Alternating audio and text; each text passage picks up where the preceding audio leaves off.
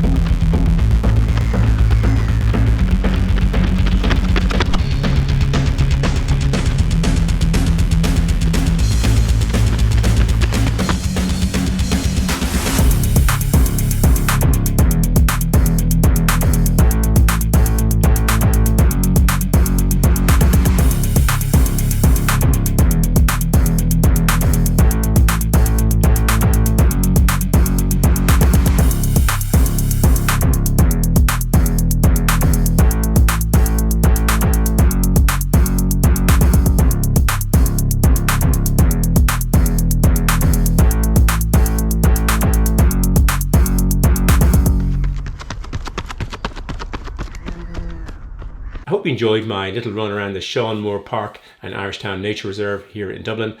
Let's put the shoes on the turntable and look at their specifications. Nike say that the shoe weighs 240 grams or 8.4 ounces.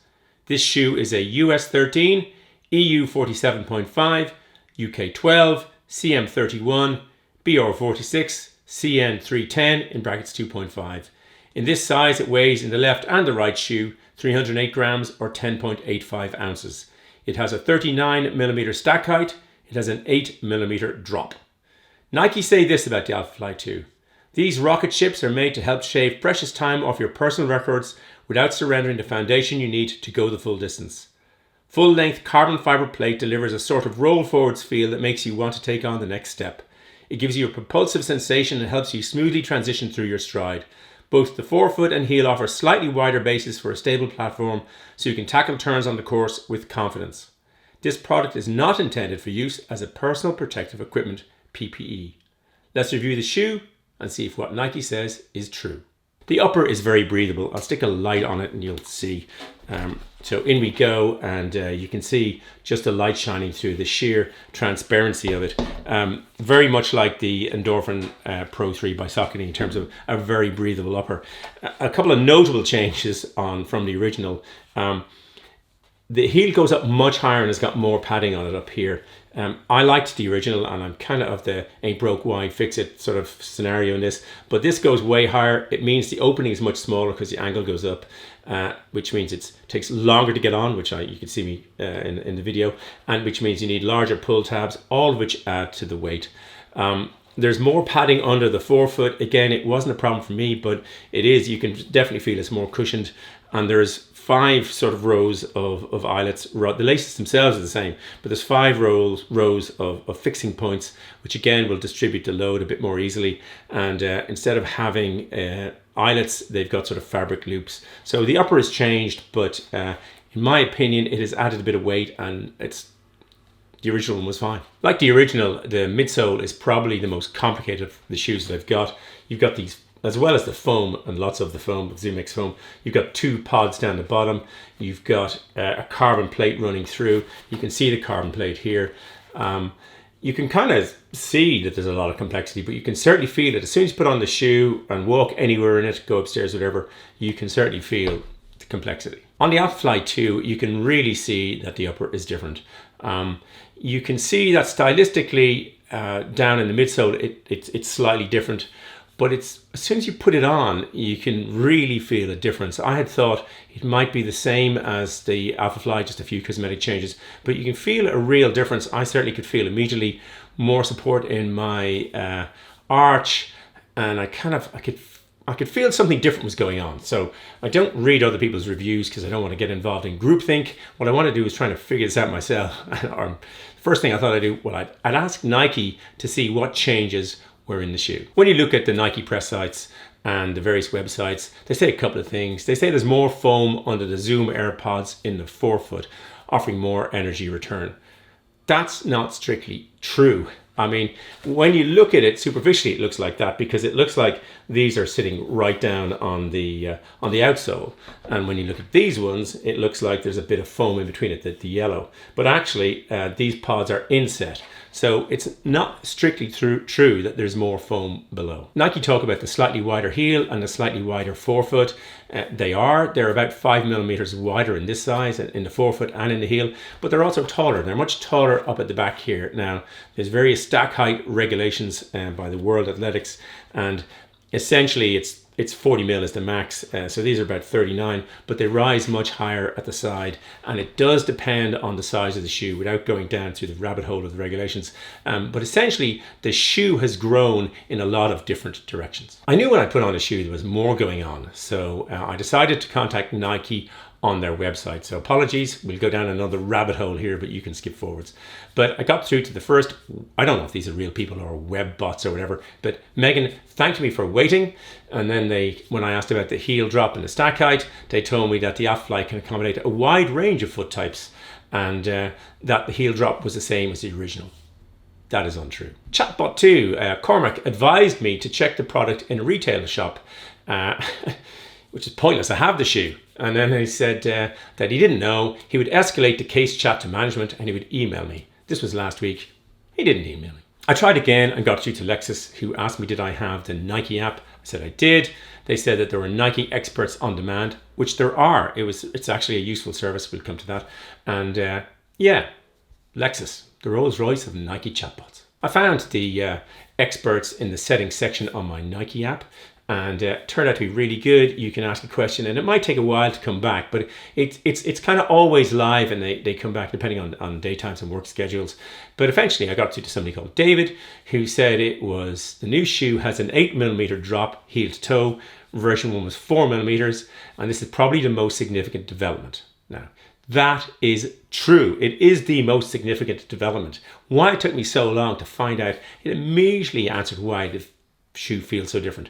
Dave went on to say that that's because it gives a slightly more toed off or leaning forward position in the shoe, and then talked a little about the widening the heel and the widening the forefoot. It was great information and explained a huge amount. So all I can say is if you've got a question about a Nike product, just go straight into the Nike app, go to the settings, go ask an expert, and yeah, finally an answer. In terms of design, the biggest single difference in the shoe, a massive difference, is changing from a 4 millimeter stack height to an 8 millimeter double. I could feel it as soon as I put on the shoe, and we'll come on to the running section, but it dramatically changes the shoe in terms of design. I actually prefer the design of the original. I think I preferred the sort of curved lines rather than the straight lines of this. I do like the booty. I wish it was a bit bigger. This is in mint foam, volt, coconut, milk, and cave purple. It's not a color way I particularly like. It was the only one I could get at the time. There will be loads of others. I don't know if it's because of the bright yellow, but advising someone on the Nike website that this is not a piece of personal protective equipment, instead of just telling them what they really want to know, which is the stack height and the heel drop, seems bizarre to me. But anyway, we'll crack on.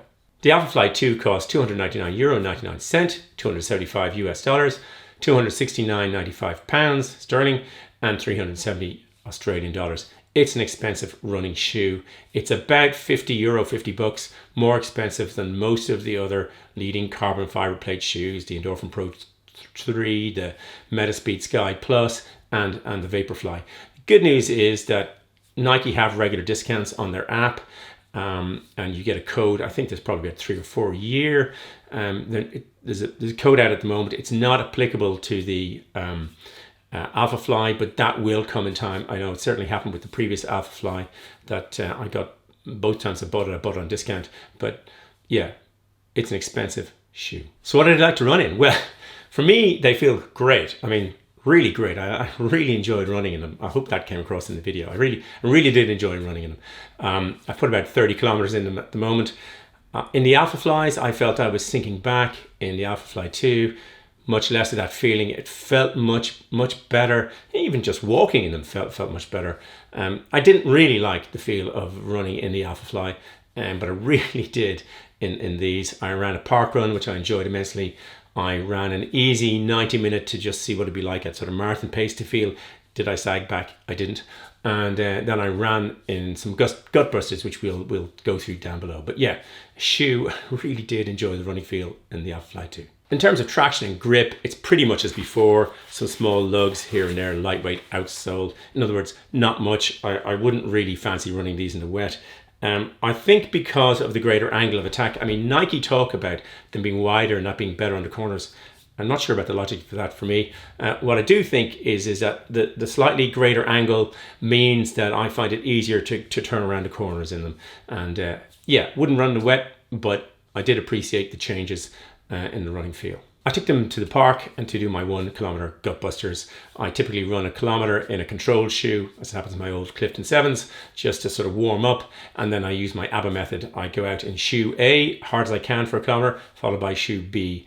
And then the following day, or as close as possible as I can, I repeat the process, again, warm up in the Clifton 7s, and then go out fast in shoe B, followed by shoe A. And I try to do as close together as possible. This time was a Tuesday followed by a Thursday to try and get roughly the same time, same track, same weather conditions on my own personal condition. Okay, caveat time, just to explain. This isn't an exact science. It's a small data set. I'm trying to draw some small scale conclusions out of this, a bit more than you'd get just looking at the shoe or reading what it says on a website or going for a small run in a store. I'm not as young as I'd like to be, and what works for me might not work for you, and I'm not infallible. And there's a bit of gut feeling in with the Gutbusters. But anyway, we'll get a little bit of data and try and see what we can find. So enough excuses, let's get running. My main interest in doing the Gutbusters was to see, comparatively, was one shoe faster than the other? Is the new shoe faster than the old shoe? I thought, well, maybe the fact that it was a bit heavier would go against it. But I really was uncertain. So I went out and did them. And I'll put the results here effectively. But in both cases, my B time was much worse than my A time. And that was good because the first run, I expect to go out as hard as I can and be a bit more tired for the second one. That's exactly what happened. And my times are pretty good compared to my pre-COVID times. So the fastest I've run is 3:48 in an Asics Metaspeed Sky and in the Alphaflys. I've run a lot of runs in the Alphaflys because I use it to test against a lot of the various shoes. And this time, I was quite surprised that the times for both shoes, which will be here, were as 3 minutes and 52 seconds. So I was quite surprised that it was the same for both. I vastly preferred running in the Alphafly 2, but they were the same times. So we delve in and try and see why that might be the case. I'll stick the running dynamics up here. I measured them on the Garmin Forerunner 955 with the chest strap HRM Pro by Garmin. Interesting, they're pretty much identical with a few slight differences.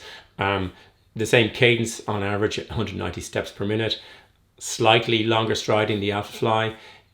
Interesting enough, the same ground contact time within a millisecond. I'm going to drill into that at a later stage.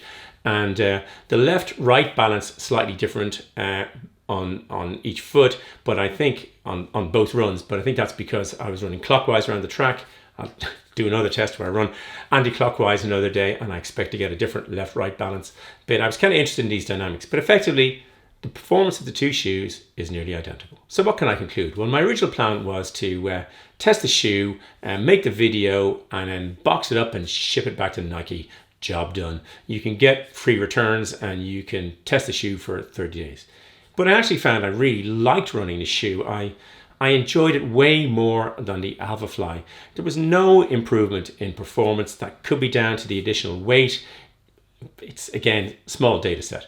It wasn't faster, but it was a lot funner. Nike have a quote from Eliud Kipchoge on their website. Everyone wants to recover fast and to improve their time, so I think any serious person with a goal should try the Alphafly 2. I agree with them. I also think you should try the Alphafly 1. If you can find a store that has both, try them. They feel very different to each other underfoot, and they both feel very different to any other running shoe that I've tried. There's a lot going on down in the midsole, and it'd be very interesting for you to try them to see which one you prefer.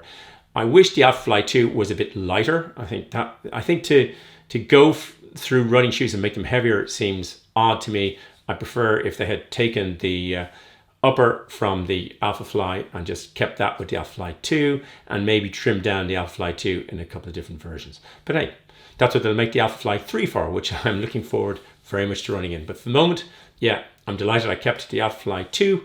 I'm looking forward to running them immensely. I won't be using them for personal protective equipment. Why did I even say that? I hope you enjoyed the video and found it useful. If you did, it'd be great if you hit the like button. As always, there'll be lots of stuff down in the descriptions below, and I'll happily answer any questions you put into the comments. There'll be a big blue subscribe button popping up there, and some related videos there. Thanks for watching. Until the next video, just keep running along.